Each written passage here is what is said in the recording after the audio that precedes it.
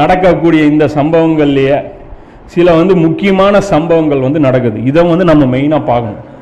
ஏன்னா இந்த கிப்லாவுடைய மாற்றம் நடைபெறுது. கிப்லா நாம நினைக்கிற மாதிரி இப்படி நின்று தொழு இப்படி தொழு, இது கிப்லா மாற்றம் கிடையாது. இதுக்கு பின்னாடி மிகப்பெரிய ஒரு விஷயம் ஆழமான விஷயங்கள் விளைஞ்சிருக்கு. என்ன அப்படின்னா, கிப்லா எப்போ மாற்றப்பட்டது? 16 மாதங்கள் கழிச்சு, அதான் மதீனாவுக்கு 16 மாதங்கள் கழிச்சு என்ன ஆச்சு? கிப்லா மாற்றப்படுது. உண்மையிலே மதீனாவுக்கு நபி ஸல்லல்லாஹு அலைஹி வஸல்லம் அவர்கள் என்ன பண்ணாங்க அப்படின்னா, இந்த யூதர்கள் மேல ரொம்ப ஒரு நம்பிக்கை வச்சிருந்தாங்க. ஏன்னா என்னைக்கா இருந்தாலும் இவங்க நம்ம மேல நம்பிக்கை கொண்டுருவாங்க. வந்த புதுசுல எல்லாமே அவங்களுக்கு மேட்சிங்கா பண்ணுவாங்க. யூதர்களை ஒத்துப்போங்க, யூதர்களோட ஒத்துப்போங்க, அவங்களுக்கு கூடவே சேர்ந்து அவங்கள மாதிரியே பண்ணும்போது அவங்க என்ன பண்ணுவாங்க? ஆசைப்பட்டார் இவர், இப்படி எப்படியாவது இவங்கள மாதிரியே கிப்லா ஃபாலோ பண்ணலாம், இவங்கள மாதிரியே எல்லாமே இருக்கலாம். அதான் இவங்க இந்த நோன்பு வச்சாங்க, இந்த ஆஷுராவுடைய நோன்பு, அதை ரசூலாவும் வச்சாங்க, இப்போ நம்மளும் வைக்கலாம் அப்படின்ட்டு. எதை செஞ்சாலும் அந்த 2 விதமாக ஹதீஸ்கள் பார்க்க முடியும். யூதர்களுக்கு மாறு செய்யாதீர்கள்னு ஹதீஸ் இருக்கும், யூதர்களுக்கு மாறு செய்யுங்கன்ற ஹதீஸ் இருக்கும். இந்த ஆரம்ப 16 மாதங்கள் யூதர்களை ஒத்து போறதே நபி ஸல்லல்லாஹு அலைஹி வஸல்லம் பண்ணாங்க.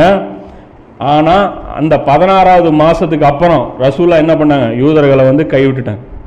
இங்கே மக்காவாசிகளுக்கு பின்னாடி நபி ஸல்லல்லாஹு அலைஹி வஸல்லம் எவ்வளோ வருஷம் தாவா செஞ்சாங்க? 13 வருஷம் தாவா செஞ்சாங்க.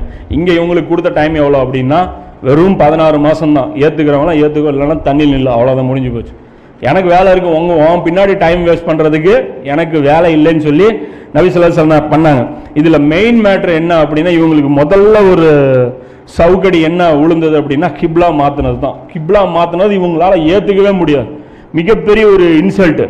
அதை அல்லாஹ் அதாவது ஒரு கிப்லாங்கிறது சாதாரண விஷயம் இல்லைங்க. இப்போ எங்கே இருந்தாலும் நீங்கள் அந்த ஊரை பார்க்கணும் அப்படின்னா அந்த ஊருக்காரர்கள் நமக்கு தலைவர்கள்னு அர்த்தம். அந்த நபி தான் உலகத்துக்கே லீடர்னு அர்த்தம். இதுக்கு முன்னாடி ரசூல்லாவே அந்த பக்கம் திரும்பிட்டு இருக்கும்போது இவங்களுடைய மரியாதை தான் இருந்தது. இப்போ உம்மத்தே ஷிஃப்ட் ஆகுது.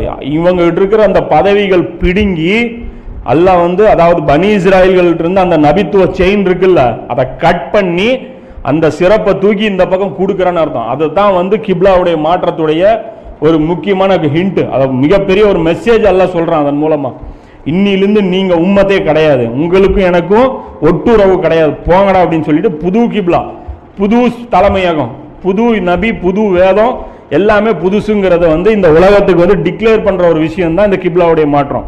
அல்லாஹ் சொல்றான் 2வது அத்தியாயத்தில் 143ல, இதே முறையில் நாம் உங்களை ஒரு நடுநிலையுள்ள உம்மத்தாக ஆக்கியுள்ளோம்.